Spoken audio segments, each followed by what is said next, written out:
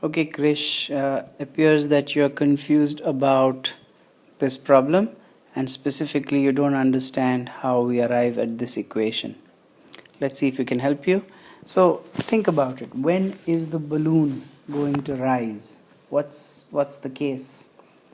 The case will be, the only case in which the balloon will rise if the density rho of the balloon, okay, is less than the density of air it displaces.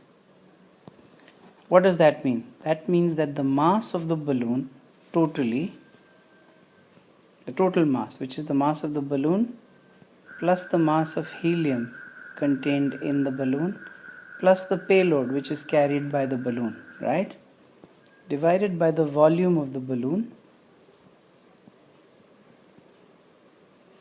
must be less than or equal to, rather, in both cases, the density of air it displaces. Now the volume of air that the balloon displaces must be equal to the volume of balloon itself, right? Because the balloon has pushed out as much volume as it has, that much of air has been displaced, isn't it, to make space for itself. So the volumes are the same, but the density of air displaced is the mass of air divided by the volume of air displaced, which is nothing but the volume of the balloon.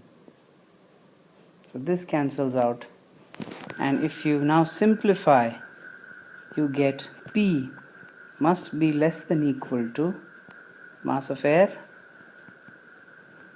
minus mass of balloon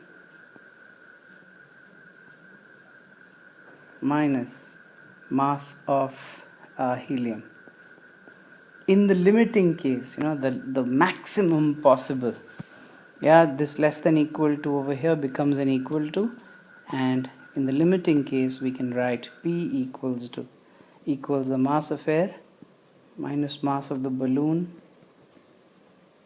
minus mass of helium, which is exactly this equation over here. Let me know if you still have a problem.